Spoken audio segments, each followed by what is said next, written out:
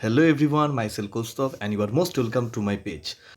আমি ইংলিশ গ্রামারের রুলসগুলো ছোটো ছোটো কতগুলো ভিডিওর মাধ্যমে আমি তোমাদের সামনে তুলে ধরার চেষ্টা করছি। তো সেরকমই আজকে নতুন একটা ভিডিও নিয়ে চলে এসেছি। তবে তার আগে আমার ভিডিওগুলি তোমাদের কেমন লাগে অবশ্যই কমেন্টে জানাবে, আর আমার এই পেজটি লাইক শেয়ার করতে কিন্তু ভুলবে না। চলো ভিডিওতে এগিয়ে যাওয়া যাক। তো আজকে জেনে নেওয়া যাক দ্য ল্যাটার এবং দ্য ফর্মারের মধ্যে ডিফারেন্সটা কোথায়। তো এই ল্যাটার আর ফর্মারের ডিফারেন্স চলো আমরা দেখে নিই।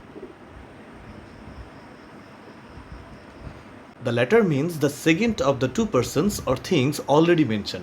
অর্থাৎ কোনো একটি সেন্টেন্সে দুটো ব্যক্তি বা দুটো জিনিসের কথা বলা হয়েছে এবং দ্য ল্যাটার দিয়ে সেকেন্ড ব্যক্তি বা সেকেন্ড সেই বস্তুটিকে বোঝায়। The former means the first of the two persons or things already mention. অর্থাৎ কোনো একটি সেন্টেন্সে দুজন ব্যক্তি বা দুটো জিনিসের কথা বলা হয়েছে এবং সেখানে প্রথম জন বা প্রথম ব্যক্তিকে বোঝায় দ্য ফর্মার দিয়ে। চলো এক্সাম্পলটা দেখে নিই। Rohit Sharma and AB de Villiers are great batsman.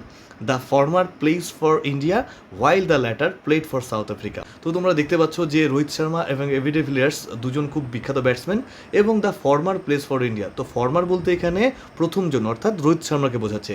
তো রোহিত শর্মা ইন্ডিয়ার জন্য খেলে। ওয়াইল the latter played for South Africa, অর্থাৎ ল্যাটার বলতে পরের জনকে বোঝাচ্ছে, অর্থাৎ এবি ডিভিলিয়ার্সের কথা বলছে। তো এবি ডিভিলিয়ার্স সাউথ আফ্রিকার জন্য খেলতো। তো তোমরা বুঝতে পারলে দ্য ফর্মার আর ল্যাটার মধ্যে ডিফারেন্সটা কি। আশা করি তোমাদের ভালো মতো বোঝাতে পেরেছি। এরকম ভিডিও পেতে আমার সাথে জুড়ে থেকো, আমি তোমাদের জন্য এরকম অনেক ভিডিও আনবো। ততক্ষণ থ্যাংক ইউ।